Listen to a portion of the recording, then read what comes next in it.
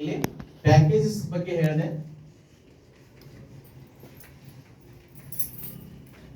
ಈ ಪ್ಯಾಕೇಜಸ್ ಮೇಲೆ ನಾವು ಈ ಡಿಸ್ಟ್ರಿಬ್ಯೂಟರ್ ಆಗಿ ನಾವು ಜಾಯಿನ್ ಆಗ್ತಾ ಇದ್ದೀವಿ ಅಂತಂದ್ರೆ ಮೊದಲನೇದಾಗಿ ಏನ್ ಮಾಡ್ತೀವಿ, ಯಾವ್ದಾದ್ರು ಒಂದು ಸಿಂಗಲ್ ರಿಜಿಸ್ಟ್ರೇಷನ್ ನಾವು ಯಾವ್ದಾದ್ರು ಪ್ರಾಡಕ್ಟ್ ಅಂತೂ ಖರೀದಿ ಮಾಡ್ತಾ ಇದ್ದೇವೆ. ಸಾಕಷ್ಟು ಜನ ಖರೀದಿ ಮಾಡಿರಬಹುದು, ಆದ್ರೆ ಖರೀದಿ ಮಾಡಿದವರೆಲ್ಲರೂ ರಿಜಿಸ್ಟರ್ ಮಾಡ್ಕೊಂಡಿದ್ದೀರಿ ಸರ್? ನಿಮ್ದು ರಿಜಿಸ್ಟ್ರೇಷನ್ ಆಗಿದೆಯಾ?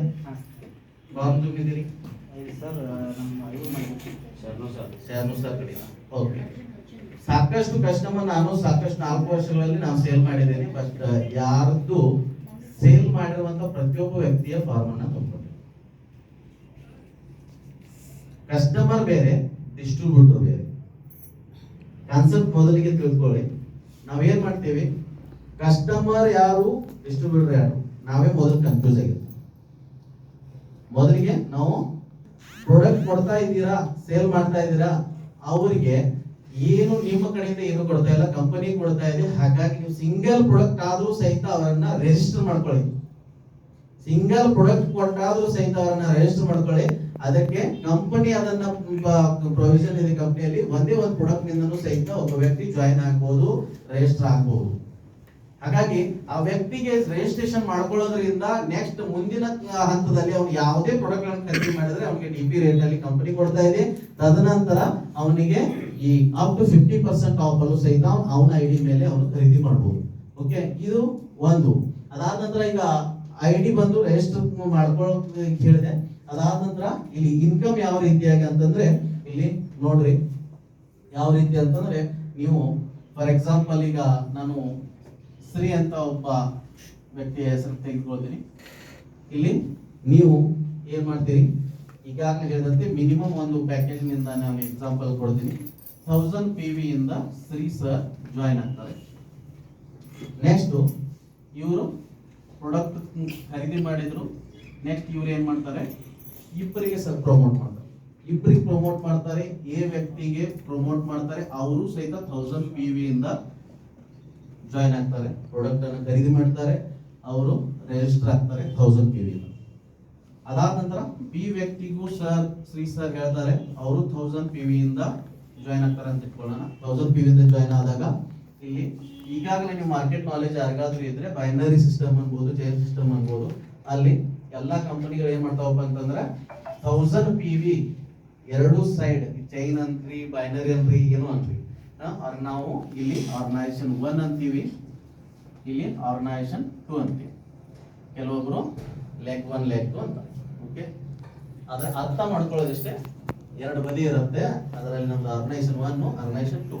ಆರ್ಗನೈಸೇಷನ್ 1 ಅಲ್ಲಿ ಎ ವ್ಯಕ್ತಿ ಬಂದ 1000 PV ಇಂದ, ಬಿ ವ್ಯಕ್ತಿ ಬಂದ 1000 PV ಇಂದ ಎಲ್ಲಾ ಕಂಪನಿಗಳು ಕೊಡೋ ತರ ಏನ್ ಮಾಡ್ತಾ ಇದೆ, ಮ್ಯಾಚಿಂಗ್ ಬೋನಸ್ ಅಂತ ಎಲ್ಲಾ ಕಂಪನಿಗಳು 1000 ರೂಪೀಸ್ ಅನ್ನ ಕೊಡ್ತಾ ಇದೆ.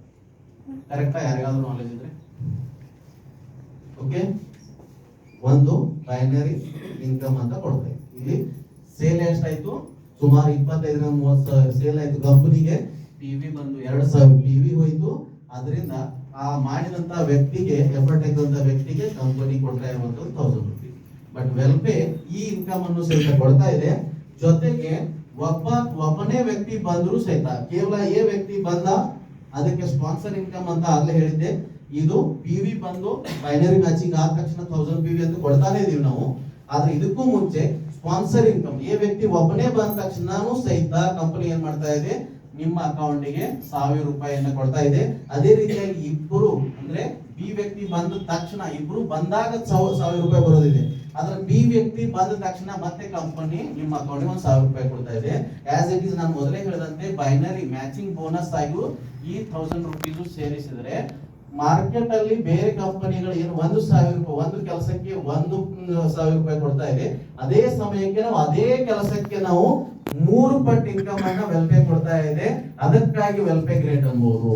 ಯಾಕಂದ್ರೆ ಪ್ರಾರಂಭದಲ್ಲಿ ನಾವು ಮೊದಲನೇ ವರ್ಷ 1000 ಕೆಲಸ ಪ್ರಾರಂಭ ಮಾಡಿದ್ವಿ. ಅವಾಗ ಆಫರ್ ಇರಲಿಲ್ಲ, ಸ್ಪಾನ್ಸರ್ ನಾವು ಇಟ್ಟಿರಲಿಲ್ಲ.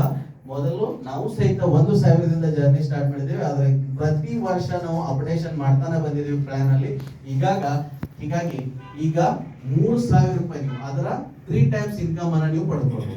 ಒಂದು ಕೆಲಸಕ್ಕೆ 3 ಬಾರಿ ಇನ್ಕಮ್ ಅನ್ನ ನೀವು ಪಡ್ಕೊಳ್ಬಹುದು. ಈ ಕಾನ್ಸೆಪ್ಟ್ ನೆಕ್ಸ್ಟ್ ಮುಂದುವರೆದು ನೋಡೋದಾದ್ರೆ ಈ ಎ ವ್ಯಕ್ತಿನೂ ಸಹಿತ ಏನ್ ಮಾಡ್ತಾನೆ, ಇಲ್ಲಿ ಪಿ ಕ್ಯೂ ಅಂತ ಇಬ್ಬರಿಗೆ ಪ್ಲಾನ್ ಕೊಡ್ತಾನೆ. ಅವರು 1000 PV ಇಂದ ಬಂದ್ರಪ್ಪ ಅಂತಂದ್ರೆ ಇಲ್ಲಿ ಬಿ ವ್ಯಕ್ತಿಯ ಎ ವ್ಯಕ್ತಿಯ ಆದಾಯ ಎಷ್ಟಾಯ್ತು ಸರ್? ಎಷ್ಟಾಗುತ್ತೆ? 3,000. ಆಸ್ ಇಟ್ ಇಸ್ 3 ಗೆ ಇಬ್ಬರು ಜಾಯಿನ್ ಮಾಡಿದಾಗ 3,000 ಸಿಕ್ಕಿತ್ತು. ಹಾಗೆ ಎ ವ್ಯಕ್ತಿಗೂ 3,000 ಸಿಗತ್ತೆ. ಬಿ ವ್ಯಕ್ತಿನೂ ಇಬ್ಬರಿಗೆ ಪ್ರಮೋಟ್ ಮಾಡ್ತಾನೆ. ಇಬ್ಬರು ಇಲ್ಲಿ XY ಪರ್ಸನ್ಸ್ ಅವರು ಸಹಿತ 1000 PV ಇಂದ ಬಂದ್ರು ಅಂತಂದ್ರೆ ಇಲ್ಲಿ ಬಿ ವ್ಯಕ್ತಿ ಇನ್ಕಮ್ ಸಹಿತ 3,000 ಆಗತ್ತೆ. ಹಾಗಾದ್ರೆ ಈ ಶ್ರೀ ಸರ್ ಆದಾಯ ಎಷ್ಟು? ಈಗ ನಿಮ್ಮ ಆದಾಯ ಎಷ್ಟು? ಅಲ್ಲ, ಇಲ್ಲಿ ನೀವು ಎಫರ್ಟ್ ಹಾಕಿಲ್ಲ. ಎ ವ್ಯಕ್ತಿ ಇವ್ರಿಗೆ ಪ್ರಮೋಟ್ ಮಾಡಿದ್ದಾರೆ, ಬಿ ವ್ಯಕ್ತಿ ಇವ್ರಿಗೆ ಪ್ರಮೋಟ್ ಮಾಡಿದ್ದಾರೆ, ನೀವು ಎಫರ್ಟ್ ಹಾಕಿಲ್ಲ, ಅವ್ರಿಗೆ ಸಪೋರ್ಟ್ ಮಾಡ್ತಾ ಇದ್ದೀರಿ. ಹಾಗಾಗಿ ಇಲ್ಲಿ ನಿಮ್ಗೆ ಕೆಲಸ ಇಲ್ಲದೆ ಇದ್ರು ಸಹಿತ ಕಂಪನಿ ನಿಮ್ಗೆ ಇನ್ಕಮ್ ಕೊಡ್ತಾ ಇದೆ. ಯಾವ ರೀತಿಯಾಗಿ ಅಂತಂದ್ರೆ ಇಲ್ಲಿ ಒಂದು ಈ ಆರ್ಗನೈಸೇಷನ್ 1 ಅಲ್ಲಿ 2,000 PV ಆಗಿದೆ. ಓಕೆ, ಆರ್ಗನೈಸೇಷನ್ 2 ಅಲ್ಲಿ 2,000 PV ಆಗಿದೆ. ನಿಮ್ಮ ಕೆಲಸವಿಲ್ಲದೆಯೂ ಸಹಿತ ಕಂಪನಿ ನಿಮಗೆ ಇನ್ಕಮ್ ಜನರೇಟ್ ಆಗ್ತಾ ಇದೆ, ಇನ್ಕಮ್ ನಿಮ್ಮ ಅಕೌಂಟಿಗೆ ಬರ್ತಾ ಇದೆ. ಬೈನರಿ ಮ್ಯಾಚಿಂಗ್ ಇನ್ಕಮ್ ಏನಿದೆ 2,000 PV ಎರಡೂ ಬದಿಗೆ ಮ್ಯಾಚ್ ಆದ ತಕ್ಷಣ ನಿಮ್ಮ ಅಕೌಂಟಿಗೆ ಮತ್ತೆ ಕಂಪನಿ ಏನ್ ಮಾಡ್ತಾ ಇದೆ, 2,000 ರೂಪಾಯಿಗಳನ್ನ ನಿಮಗೆ ಕೊಡ್ತಾ ಇದೆ. ಓಕೆ, ಇವ್ರು ಎಫೆಕ್ಟ್ ಆಗಲಿಲ್ಲ ಅಂದ್ರೆ ಮ್ಯಾನೇಜರ್ ಕಾಂಟ್ಯಾಕ್ಟ್ ಮಾಡ್ಬೋದಲ್ಲ? ಏನ್ ಸರ್? B2 ರೀ, ಅವ್ರು ಎಫೆಕ್ಟ್ ಹಾಕಿ ಅವ್ರು ಇದನ್ನ ಮಾಡಿದ್ರು ಅಂದ್ರೆ ಪ್ರಮೋಟ್ ಆತಂದ್ರೆ ಅಮೌಂಟ್ ಬಿ ಅವರು ಬಿ ಮತ್ತು ಎ ರೀ, ಅವ್ರು ಎಫೆಕ್ಟ್ ಹಾಕಿರಿ ಅವ್ರು ಇದನ್ನ ಮಾಡಿದ್ರೆ ಜಾಸ್ತಿ ಅವ್ರಿಗೆ ಅಮೌಂಟ್ ಆಗಂಗಿಲ್ಲ. ಮ್ಯಾನೇಜರ್ ಇವ್ರು ಎಷ್ಟು ಕೆಲಸ ಮಾಡ್ತಾರೆ ಅಷ್ಟು ಅವರಿಗೆ 1,000 ಅಂದ್ರೆ ಕಡಿಮೆ ಆಗುತ್ತೆ. 10,000 ಮಾಡಿದ್ರೆ ಜಾಸ್ತಿ ಆಗುತ್ತೆ. ನೆಕ್ಸ್ಟ್ ನಿಮಗೆ ಎಕ್ಸಾಂಪಲ್ ಕೊಡ್ತೀನಿ ನಾನು. ಇದು ಕ್ಲಿಯರ್ ಅಲ್ಲ? ಪ್ಲಾನ್ ಗೊತ್ತಾತಲ್ರಿ? ಇದ್ರಾಗ ಏನ್ ಡೌಟ್ ಅದ ನಿಮ್ಗೆ? ನೀವು ಕೇಳಿದ ಪ್ರಶ್ನೆ ನನಗೆ, ಇವ್ರ ಎಫರ್ಟ್ ಜಾಸ್ತಿ ಹಾಕಿದ್ರೆ ಇವ್ರಿಗೆ ಇನ್ಕಮ್ ಜಾಸ್ತಿ ಬರುತ್ತೋ ಇಲ್ಲೋ? ಬರುತ್ತೆ. ಅವ್ರು ಎಫೆಕ್ಟ್ ಹಾಕಿರಂದ್ರೆ ಇವ್ರು ಎಫೆಕ್ಟ್ ಹಾಕ್ಲಿಕ್ಕಂದ್ರೆ ಇವ್ರು ಬರಂಗಿಲ್ಲ, ಅವ್ರು ಬರಬೇಕಿರಲ್ಲ. ಅವ್ರಿಗೆ ಬರತ್ತಿದೆ. ಬಟ್ ಇವ್ರು ಎಫರ್ಟ್ ಹಾಕಿದ್ರೆ ಇವ್ರು ಜನರೇಟ್ ಮಾಡಕ್ ಆಗಂಗಿಲ್ಲ. ಗುರು ಪಾಠ ಮಾಡಿದ್ರೆ ಶಿಷ್ಯ ಉದ್ಧಾರ ಆಗಂಗಿಲ್ಲ. ಹೌದಾ? ಹಂಗ ನಿಮ್ಮ ಸೀನಿಯರ್ಸ್ ಸಪೋರ್ಟ್ ಇಲ್ಲದೆ ಜೂನಿಯರ್ಸ್ ಏನು ಮಾಡಕ್ ಆಗಂಗಿಲ್ಲ. ಅದು ನಮ್ಗೆ ಗೊತ್ತಿರ್ಬೇಕು. ಇವ್ರು ನಾವು ಅನ್ಕೊಳ್ಬಹುದು, ಸಾಕಷ್ಟು ಜನ ಸ್ವಲ್ಪ ದಿನದಲ್ಲಿ ಏನ್ ಮಾಡ್ಬಿಡ್ತಾರೆ, ನನ್ನಿಂದ ನಮ್ಮ ಸೀನಿಯರ್ ದುಡ್ಡು ಮಾಡ್ತಾ ಇದ್ದಾರೆ. ಎಲ್ಲಾ ಕಡೆ ಗೊತ್ತಿರ್ಬೋದು ನಿಮಗೆ, ಲೀಡರ್ಸ್ ದುಡ್ಡು ಮಾಡ್ತಾರೆ ಅಂತ. ಡಿಸ್ಟ್ರಿಬ್ಯೂಟರ್ಸ್ ದುಡ್ಡು ಮಾಡ್ತಾರೋ ಅಥವಾ ಲೀಡರ್ಸ್ ದುಡ್ಡು ಮಾಡ್ತಾರೋ? ಯಾರು ಮಾಡ್ತಾರೆ? ಯಾರು ಮಾಡ್ತಾರೆ ಸರ್? ಯಾರು ಮಾಡ್ತಾರೆ? ದುಡ್ಡು ಜಾಸ್ತಿ ಯಾರು ಮಾಡ್ತಾರೆ?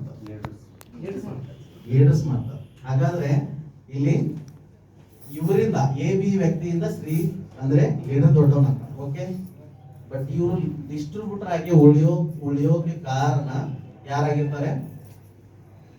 ಒಂದು ಅವನೇ ಆಗಿರ್ತಾನೆ, ಇನ್ನೊಂದು ಅವರ senior. But Welpay one and only Welpay brand ಈ ರೀತಿಯಾಗಿ ಕೆಲಸ ಮಾಡ್ತಾ ಇದೆ. ನಮ್ಮಲ್ಲಿ ಜಾಯಿನ್ ಆಗಿರುವಂತ ಒಬ್ಬ ಸಿಂಗಲ್ ಡಿಸ್ಟ್ರಿಬ್ಯೂಟರ್ ಕೂಡ ಅವನು ಒಂದು ಅಪ್ಡೇಷನ್ ಒಂದೇ ವರ್ಷದಲ್ಲಿ ಆಸ್ ಅ ಲೀಡರ್ ಆಗಿ ಕನ್ವರ್ಟ್ ಆಗಬೇಕು. ಇಲ್ಲಾಂದ್ರೆ ಅವನು ಪ್ರಾಡಕ್ಟ್ ಯೂಸರ್ ಆಗಿರ್ಬೇಕು ಅಥವಾ ಹೊರಗಡೆ ಹೋಗಿರ್ತಾನೆ. ಇದ್ದವನು ಯಾರು ಡಿಸ್ಟ್ರಿಬ್ಯೂಟರ್ ಆಗಿ ಉಳಿದಿಲ್ಲ. 1 ವರ್ಷಕ್ಕಿಂತ ಮೇಲ್ಪಟ್ಟು ಯಾರಿದಾರೋ ಅವರೆಲ್ಲರೂ ಲೀಡರ್ಸ್ ಆಗಿ ಕನ್ವರ್ಟ್ ಆಗಿದ್ದಾರೆ. ಪ್ರತಿಯೊಬ್ಬರು ಅಂದ್ರೆ ಆ ರೀತಿಯಾದಂತ ಎಜುಕೇಶನ್ ಫೌಂಡೇಶನ್ ಅನ್ನ ನಾವು ಹೊಂದಿದ್ದೀವಿ. ಪ್ರತಿಯೊಬ್ಬರಿಗೂ ಈ ರೀತಿಯ ಪ್ಲಾನ್ ಪ್ರೆಸೆಂಟೇಶನ್ ಅನ್ನ ನಾವು ಕೊಡ್ಲಿಕ್ಕೆ, ಪ್ರತಿಯೊಬ್ಬರು ಈ ಒಂದು ಪ್ಲಾನ್ ಅನ್ನ ನೀವು ಪೇಪರ್ ಪೆನ್ ನಿಂದ ಯಾರಾದ್ರೂ ಕೇಳಿರ್ತೀರಿ, ಅವರಿಗೆ ಎಫೆಕ್ಟಿವ್ ಆಗಿ ಇದಕ್ಕಿಂತಲೂ ಬೆಟರ್ ಆಗಿ ನಾವು ಪ್ರೆಸೆಂಟ್ ಮಾಡಿರ್ತಾರೆ. ನಿಮ್ಗೆ ಗೊತ್ತಿರುತ್ತೆ, ಈಗಾಗಲೇ ನಮ್ಮ ಹತ್ತಿರ ಸುಮಾರು ಲೀಡರ್ಸ್ ಈ ರೀತಿಯಾಗಿದ್ದಾರಪ್ಪ ಅಂತಂದ್ರೆ ಪ್ಲಾನ್ ಹೇಳಿದ ಮರುಕ್ಷಣವೇ ಸಾಕಷ್ಟು ಜನ ಏನ್ ಮಾಡಿದ್ದಾರೆ, ಕ್ಲೋಸಿಂಗ್ ಅಂತಂದ್ರೆ ಹಣ ಕೊಟ್ಟೆ ಎತ್ತಿರುವಂತ ಎಕ್ಸಾಂಪಲ್ ಸಾಕಷ್ಟಿದೆ. ಹೌದಾ? ಹಾಗಾಗಿ ಆ ರೀತಿಯಾದಂತ ಎಫೆಕ್ಟಿವ್ ಆದಂತ ಪ್ಲಾನು ಇದೆ, ಲಾಭದಾಯಕವಾದ ಪ್ಲಾನ್ ಇದೆ. ಇದೇ ಕಂಡೀಷನ್ ನಲ್ಲಿ ನಿಮಗೆ ಇನ್ಕಮ್ ಬಗ್ಗೆ ಕೇಳೋದಾದ್ರೆ, ಇದೇ ಸ್ಥಳದಲ್ಲಿ ಈ ಶ್ರೀ ಸರ್ ಏನ್ ಹೇಳಿದ್ದೆ, ಅವರು 1,000 PV ಇಂದ ಬಂದಾಗ 3,000 ಹೆಚ್ಚಿಸ್ತಾರೆ. ಅದೇ ಒಂದು ವೇಳೆ ಅವರು 5,000 PV ಇಂದ ಬಂದ್ರೆ ಎಷ್ಟಾಗತ್ತೆ ಸರ್ ಇನ್ಕಮ್ ಅವರು ಇಬ್ಬರ ವ್ಯಕ್ತಿಗೆ ಏನ್ ಮಾಡ್ತಾರೆ, ಎ ಬಿ ವ್ಯಕ್ತಿಗೆ ಇಲ್ಲಿ ನೀವೇ ಹೇಳಿ. ಇವಾಗ 5,000 PV ಇಂದ ಬಿ ವ್ಯಕ್ತಿ ಎ ಬಿ ಇಬ್ರು ಬಂದು ಇವ್ರ ಆದಾಯ ಎಷ್ಟು ಸರ್? 10,000. ಇವಾಗ ಶ್ರೀ ಅವರ ಆದಾಯ 15,000. ಯಾಕಂದ್ರೆ ಸ್ಪಾನ್ಸರ್ ಇನ್ಕಮ್ ಬಂದು ಇಬ್ಬರದು 10,000, ಅದಾದ ನಂತರ ಮ್ಯಾಚಿಂಗ್ ಬೋನಸ್ ಬಂದು 5,000, ಟೋಟಲ್ ಆಗಿ 15,000 ರೂಪಾಯಿ ಇನ್ಕಮ್ ಆಗುತ್ತೆ. ಓಕೆ, ನೆಕ್ಸ್ಟ್ ನೀವು ಕೇಳಿದಂತೆ ಇಲ್ಲಿ ಆರ್ಗನೈಸೇಷನ್ 1 ಅಲ್ಲಿ ಇವ್ರು ಮತ್ತೆ ಇಬ್ಬರಿಗೆ ಪ್ರಮೋಟ್ ಮಾಡಿದಾಗ 5,000 PV ಇಂದ ಪ್ರಮೋಟ್ ಮಾಡಿದಾರ ಅಂತ ಇಟ್ಕೊಂಡವನ, ಅವಾಗ ಇವರ ಆದಾಯ 15,000 ಆಗತ್ತೆ. ಅದೇ ರೀತಿ ಇವರು ಇಬ್ಬರಿಗೆ ಎಕ್ಸ್ಪ್ಲೇನ್ ಮಾಡ್ತಾರೆ, ಪ್ರಮೋಟ್ ಮಾಡ್ತಾರೆ. ಆವಾಗ ಇವರ ಆದಾಯನು 15,000 ಆಗತ್ತೆ. ಆವಾಗ ಇವರ ಆದಾಯ ಎಷ್ಟಾಗತ್ತೆ? ಇಲ್ಲಿ 5,000 PV ಇದೆ. ಶ್ರೀ ಅವರ ಆದಾಯ ಇವಾಗ